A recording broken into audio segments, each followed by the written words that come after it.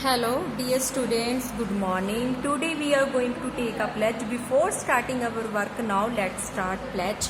I, Satwinder Kaur, committed to be vigilant and bear in mind at all time the risk to myself and my colleagues from COVID-19. I promise to take our necessary precautions that prevent the spread of this deadly virus. I promise to follow and encourage others to follow the key COVID-appropriate behavior, to always wear a mask, face cover, especially when in public places, to maintain a minimum distance of 6 feet from others, to wash my hand frequently and thoroughly with soap and water. Together, we will win this fight against COVID-19. 10th grade reader work करना बच्चे। अज आप new chapter start कर लगे हाँ, ठीक है बच्चे। अज आप एक दुश्मन जो कि एक इकांगी है उस बारे पढ़ांगे जिन्हों कि गुरचरण सिंह जसूजा ने लिखे है, ठीक है। आप पहला दुश्मन इकांगी जी हैगी है वह सार नूं शॉर्ट दे विच पढ़ांगे तां जो ये जी कहानी है तुहानूं एक बार क्लीयर हो जाए, ठीक है। वैसे तुसीं पहला भी पढ़िया है 10th दे विच, एक बार तुहानूं फिर तो दोबारा मैं करवाउण लगी हाँ 9th दे विच, सॉरी, ठीक है। अगर नहीं पढ़ी कोई गल नहीं तो आपां हुण कर दिंदे हाँ। भूमिका दुश्मन इकांगी गुरचरण सिंह जसूजा की लिखी हुई है। लेखक ने इस कहानी विच मिलावटखोर दुकानदारां की बेईमानी का जिहड़ा हैगा पर्दाफाश किया है। वो मिलावट करके लोगों की सेहत नाल की करते हैं, खिलवाड़ करते हैं, ठीक है। उस दे नाल ही कभी आप भी इस शिकार का हो जाते हैं, ठीक है। जिहड़े होरां नाल की करते हैं, खिलवाड़ करते हैं, कहते कदे ना कदे इस बीमारी का खुद भी शिकार हो जाते हैं। लेखक ने मिलावट करने वाले दुकानदारां नूं समाज दे सब तो कहंदा वड्डे दुश्मन कहा, ठीक है। उसने नाल ही उन्हां लोकां नूं अपने भी दुश्मन कहा जिन्हां नूं अपनी गलतियां का फल की कहंदे ने भुगतना पैंदा ने। पहलां गलतियां करते हैं, मिलावट करते हैं, फिर उस मिलावट जिहड़ी कीतियां चीज़ां ने उहदा खुद शिकार हुंदे ने ते फिर अंत दे विच की उन्हां नूं इन्हां दा फल खुद भुगतना पैंदा। कहानी शुरू हुंदी है, कहानी कहंदी रघुनाथ नूं खंघ लगणी। खंघ क्यों लगी इत्थों पता ही सानू लगता कि मिलावट दी गल्लां दा जिक्र हो रहा। इस इकांगी के मुख्य पात्र रघुनाथ नूं खंघ लग जाती है। उसका खंघ नाल बुरा हाल है। खंघ तो परेशान वो सारी रात सौंदा नहीं। डॉक्टर आके उसका चैकअप करता है, दसदा है कि उसनूं कोई बीमारी नहीं है।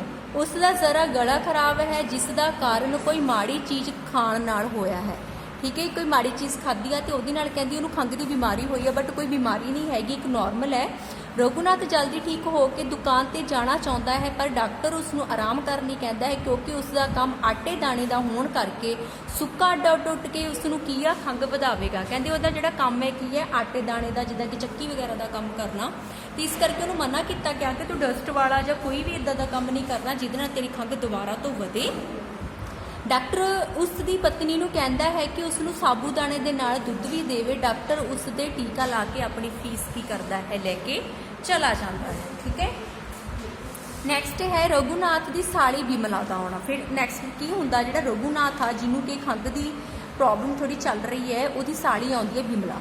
रघुनाथ की साली बिमला अचानक आउंदी है कि रघुनाथ की पत्नी लीला उसके जीजे की बीमारी बारे की है दसी है। बिमला जीजे नूं मखौल करती है वो बजारों चोरी चोरी पूड़ियां कचौरियां खांदा होवेगा। लीला दसी है कि परसों जिहड़ा घिओ लिआंदा सी वो माड़ा सी, उसके नाल गला खराब हो गया। बिमला आखदी है कि अजकल असली घिओ मिलदा ही कित्थे है। लीला आखदी है कि खालस घिओ तां वो खा सकता है जिस दे घर की मझ होवे, पर महंगे किराए के मकानों में मझां भी नहीं रखियां जा सकदियां। रघुनाथ फिर अगे की कहंदा, रघुनाथ कहंदा है कि रघुनाथ कहता है कि वो पवित्र स्टोर तो लियाता है। कहता एक पवित्र स्टोर तो मैं लेके आता जो आखता सी कि वो खुरचे तो आया है, कि कित्थों आया है, खुरचे तो आया है। बिमला आखदी है कि सब झूठ बोलते हैं। अजकल तो मक्खण भी बनस्पति का बनन लग पिया है। लोग बनस्पति विच ही देसी घिओ का सैंट मिला के देसी घिओ बना देते हैं। लीला दसदी है कि कई लोग कड़े दुध विच बनस्पति मिला के दही जमा के की करते हैं, फिर उसका घिओ कढ़ लेंगे। मतलब कि अजकल जी कोई भी चीज़ है हर एक दे विच मिलावट होंदी है। कोई भी चीज़ अजकल के टाइम के विच की है प्योर सानू नहीं मिलती। तो नैक्सट अगे है रघुनाथ नूं खंघ छिड़नी। रघुनाथ नूं फिर खंघ छिड़दी है बिमला। लीला नूं आखदी है कि उसनूं डॉक्टर को टीका नहीं सी लवाउणा चाहिए बल्कि गला मल लेना चाहिए सी। विमला उसनूं शहद विच मुलट्ठी मिला के चट्टण लई दिंदी है। रघुनाथ आखदा है कि शहद किहड़ा खालस मिलता है।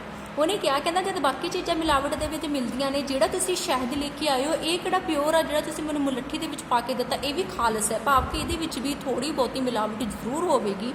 ਉਹ ਦੱਸਦਾ ਹੈ ਕਿ ਇੱਕ ਦਿਨ ਸ਼ਹਿਦ ਲਿਆਂਦਾ ਤੇ ਉਸ ਵਿੱਚ ਸੇਬਾਂ ਦੀਆਂ ਗਿਟਕਾਂ ਨਿਕਲੀਆਂ। ਬਿਨਵਾ ਕਹਿੰਦੀ ਹੈ ਕਿ ਉਸ ਵਿੱਚ ਜ਼ਰੂਰ ਸੇਬਾਂ ਦਾ ਕੀ ਹੈ, ਸੀਰਾ ਮਿਲਾਇਆ ਹੋਵੇਗਾ। ਭਾਵੇਂ ਕਿ ਖਾਣ ਪੀਣ ਵਾਲੀ ਚੀਜ਼ ਹੈ, ਕੁਝ ਵੀ ਹੈ, ਕਹਿੰਦੇ ਹਰ ਇੱਕ ਚੀਜ਼ ਦੇ ਵਿੱਚ ਅੱਜ ਕੱਲ੍ਹ ਕੀ ਕਰਦੇ ਨੇ ਲੋਕੀ, ਮਿਲਾਵਟ ਕਰਕੇ ਵੇਚਦੇ ਨੇ ਆਪਣੇ ਕਿਹਦੇ ਲਈ, ਫਾਇਦੇ ਲਈ। ਬਿਮਲਾ ਦਾ ਮਿਲਾਵਟਾਂ ਦੀਆਂ ਚੀਜ਼ਾਂ ਬਾਰੇ ਦੱਸਣਾ। ਬਿਮਲਾ ਦੱਸਦੀ ਹੈ ਕਿ ਅੱਜ ਕੱਲ੍ਹ ਸਭ ਪਾਸੇ ਚੀਜ਼ਾਂ ਵਿੱਚ ਮਿਲਾਵਟ ਹੋ ਰਹੀ ਹੈ। ਲੂਣ ਵਿੱਚ ਕੀ ਕਰਦੇ ਨੇ, ਦੁੱਧ ਪੱਥਰੀ ਪਾਉਂਦੇ ਨੇ, ਹਲਦੀ ਵਿੱਚ ਗਾਜਨੀ ਅਤੇ ਕੌੜੇ ਤੇਲ ਵਿੱਚ ਅਲਸੀ ਦਾ ਤੇਲ ਮਿਲਾਇਆ ਜਾਂਦਾ ਹੈ। ਰਘੂਨਾਥ ਦਾ ਦੁੱਧ ਦੀ ਮਿਲਾਵਟ ਬਾਰੇ ਦੱਸਣਾ। ਰਘੂਨਾਥ ਦੱਸਦਾ ਹੈ ਕਿ ਦੁੱਧ ਦੇ ਵੇਚਣ ਵਾਲੇ ਦੁੱਧ ਵਿੱਚ ਪਾਣੀ ਮਿਲਾ ਕੇ ਵੇਚਦੇ ਹਨ। ਲੀਲਾ ਦੱਸਦੀ ਹੈ ਕਿ ਗੰਨੇ ਦਾ ਰਸ ਵੇਚਣ ਵਾਲੇ ਕੀ ਕਰਦੇ ਨੇ, ਸਕਰੀਨ ਵਾਲਾ ਪਾਣੀ ਧੋਖੇ ਨਾਲ ਵੇਚਦੇ ਨੇ। ਰਘੂਨਾਥ ਦੱਸਦਾ ਹੈ ਕਿ ਪੁਲਿਸ ਨੇ ਅਜਿਹੇ ਕਾਰਖਾਨੇ ਫੜੇ ਹਨ ਜਿੱਥੇ ਕਾਗਜ਼ਾਂ ਦੇ ਪੱਤਿਆਂ ਨੂੰ ਵੱਢ ਝਾੜ ਕੇ ਨਕਲੀ ਚਾਹ ਪੱਤੀ ਵੀ ਬਣਾਈ ਜਾਂਦੀ ਹੈ।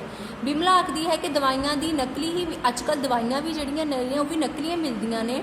ਲੀਲਾ ਦੱਸਦੀ ਹੈ ਕਿ ਮਮੀਰੇ ਦੇ ਸੁਰਮੇ ਨਾਲ ਉਹਨਾਂ ਦੀ ਸਹੇਲੀ ਦੀਆਂ ਅੱਖਾਂ ਵੀ ਕੀ ਆ, ਖਰਾਬ ਹੋ ਗਏ। ਭਾਵ ਇੱਥੋਂ ਤੱਕ ਕਿ ਜਿਹੜਾ ਸੁਰਮਾ ਹੈ ਨਾ ਉਹ ਵੀ ਕਹਿੰਦੇ ਕੀ ਆ, ਮਿਲਾਵਟ ਵਾਲਾ ਹੀ ਮਿਲਦਾ, ਜਿਹਦੇ ਕਰਕੇ ਲੋਕਾਂ ਦੀਆਂ ਬਹੁਤ ਜ਼ਿਆਦਾ ਨਜ਼ਰਾਂ ਕਮਜ਼ੋਰ ਹੋ ਰਹੀਆਂ ਹਨ। ਠੀਕ ਹੈ।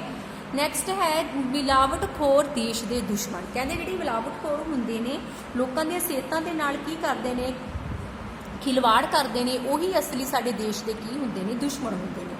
ਰਘੂਨਾਥ ਮਿਲਾਵਟਖੋਰਾਂ ਨੂੰ ਦੇਸ਼ ਦੇ ਸਭ ਤੋਂ ਵੱਡੇ ਦੁਸ਼ਮਣ ਕਹਿੰਦਾ ਹੈ। ਜਿਹੜੇ ਲੋਕ ਖਾਣ ਪੀਣ ਦੀਆਂ ਚੀਜ਼ਾਂ ਵਿੱਚ ਮਿਲਾਵਟ ਕਰਕੇ ਲੋਕਾਂ ਦੀਆਂ ਜਾਨਾਂ ਨਾਲ ਖੇਡ ਰਹੇ ਹਨ, ਲੀਲਾ ਆਖਦੀ ਹੈ ਕਿ ਅਜਿਹੇ ਲੋਕਾਂ ਨੂੰ ਕੀ ਆ, ਸਖਤ ਸਜ਼ਾਵਾਂ ਦੇਣੀਆਂ ਚਾਹੀਦੀਆਂ ਹਨ। ਫਿਰ ਨੈਕਸਟ ਬਿਮਲਾ ਨੇ ਰਘੂਨਾਥ ਦੀ ਖੰਘ ਦਾ ਦੇਸੀ ਨੁਕਤਾ ਦੱਸਣਾ। ਫਿਰ ਉਹ ਦੇਸੀ ਨੁਕਤਾ ਕੀ ਦੱਸਦੀ ਹੈ, ਜਦੋਂ ਰਘੂਨਾਥ ਖੰਘਦਾ ਹੈ ਤਾਂ ਬਿਮਲਾ ਲੀਲਾ ਨੂੰ ਆਖਦੀ ਹੈ ਕਿ ਉਸ ਨੂੰ ਚੂਰੀ ਬਣਾ ਕੇ ਖਵਾਵੇ, ਰਾਤ ਨੂੰ ਬਨਕਸਾ ਘਿਓ ਦੇ ਗਲੇ ਤੇ ਬੰਨੇ। ਉਹ ਆਪਣੇ ਬਾਰੇ ਦੱਸਦੀ ਹੈ, ਨਾ ਤਾਂ ਕਦੀ ਕੋਈ ਪਰਹੇਜ਼ ਕਰਦੀ ਹੈ ਤੇ ਨਾ ਹੀ ਡਾਕਟਰਾਂ ਕੋਲ ਜਾ ਕੇ ਦਵਾਈ ਲੈਂਦੀ ਹੈ। ਉਹ ਤਾਂ ਤੱਤੀਆਂ ਜਲੇਬੀਆਂ ਖਾ ਕੇ ਆਪਣੀ ਖੰਘ ਨੂੰ ਕੀ ਕਰ ਲੈਂਦੀ ਹੈ, ਠੀਕ ਕਰ ਲੈਂਦੀ ਹੈ। ਬੱਚੇ ਆਪਾਂ ਇੱਥੇ ਤੱਕ ਇਸ ਜਿਹੜੀ ਕਾਂਗੀ ਪੜਾਂਗੇ। ਤੁਸੀਂ ਇਸ ਸਟੋਰੀ ਨੂੰ ਹੁਣ ਚੰਗੀ ਤਰ੍ਹਾਂ ਦੁਬਾਰਾ ਤੋਂ ਰੀਡ ਕਰਨਾ, ਕਿਉਂਕਿ ਜੇ ਤੁਹਾਡੇ ਕਨਸੈਪਟ ਕਲੀਅਰ ਹੋਏਗਾ ਤਾਂ ਹੀ ਤੁਸੀਂ ਅੱਗੇ ਕੁਐਸਚਨਸ ਕਰ ਸਕਦੇ ਹੋ। ਠੀਕ ਹੈ। ਜਿਹੜਾ ਨੈਕਸਟ ਇਹਦਾ ਰਹਿ ਗਿਆ ਉਹ ਆਪਾਂ ਨੈਕਸਟ AV ਤੇ ਰਿਟਨ ਅਸਾਈਨਮੈਂਟ ਵਿੱਚ ਕਵਰ ਕਰਾਂਗੇ। Thanks, have a nice day.